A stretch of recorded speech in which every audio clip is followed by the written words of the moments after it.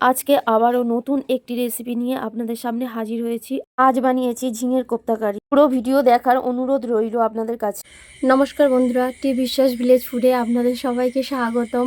এই যে দেখতে পাচ্ছ, এই সাইজের আমি ঝিঙে নিয়ে নিয়েছি। এখানে নিয়েছি 3 পিস আলু, এই দেখো এখানে টমেটো নিয়েছি, এখানে কাঁচা মরিচ, এখানে নিয়েছি পেঁয়াজ, দুটো পেঁয়াজ, ছোটো ছোটো সাইজ পেঁয়াজ, আর রসুন, আদা।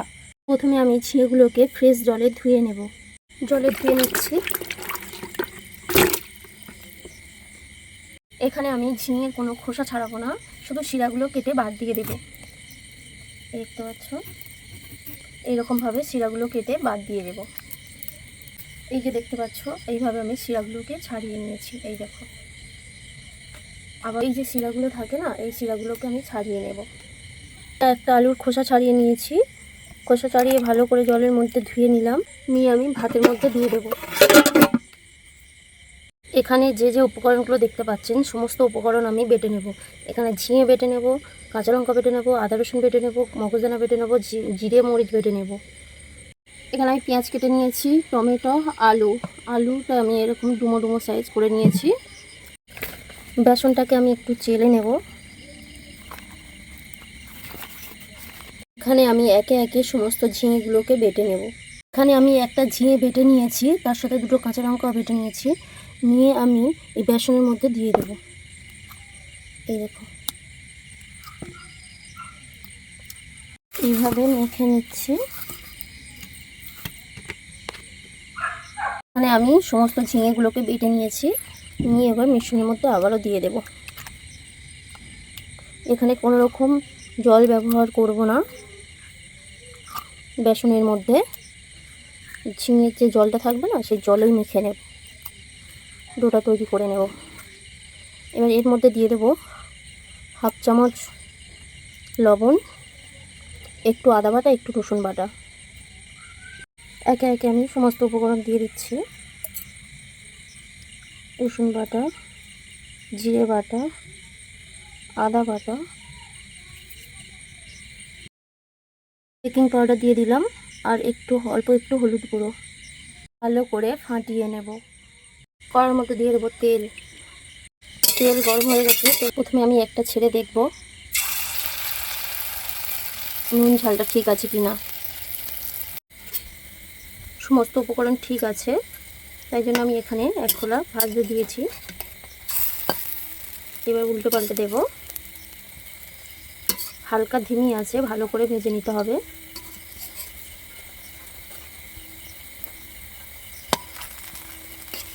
আর এই উপকরণটা এত সুন্দর খেতে লাগে না, মানে না করে খেলে বিশ্বাস করতে পারবেন না, এত সুন্দর একটি উপকরণ। সমস্ত কোপ্তাগুলো আমি ভালো করে ভেজে নেব। যে যেরকম শেপ দিতে পারেন, আমি এরকম শেপ দিয়েছি কোপ্তার, ঝিঙের কোপ্তার।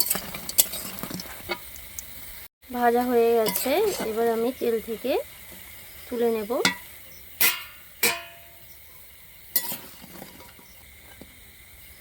কোপ্তা ভেজে সমস্ত কোপ্তা আমি তুলে নিয়েছি এখানে।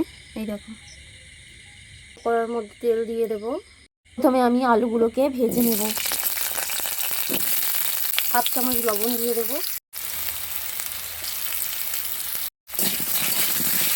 আলু ভাজা হয়ে গেছে, এবার পেঁয়াজ কুচি দিয়ে দেবো। দিয়ে দেবো একটু তেজপাতা, রসুন বাটাটা দিয়ে দিচ্ছি।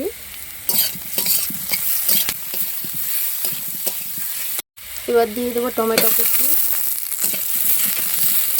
দিয়ে দেবো আদার পেস্ট, দিয়ে দেবো আমি 1 চামচ লঙ্কার গুঁড়ো, আর 1/2 চামচ হলুদ গুঁড়ো।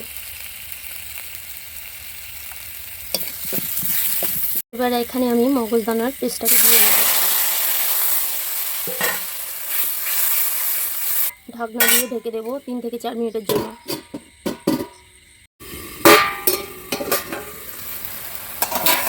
মশলার সাইড থেকে তেল ছেড়ে দিয়েছে, দেখো। এই দেখো,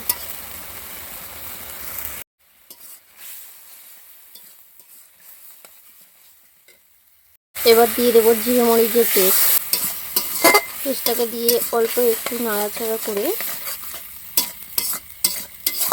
এখানে আমি 2 গ্লাস মতো জল দিয়ে দেব।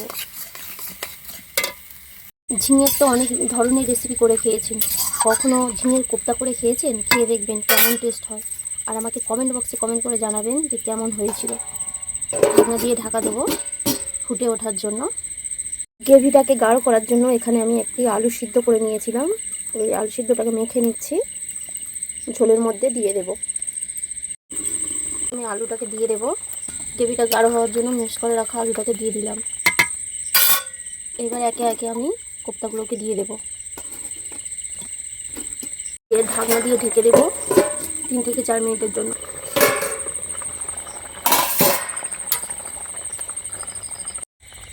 তৈরি হয়ে গেছে ঝিঙের কোপ্তা কারি।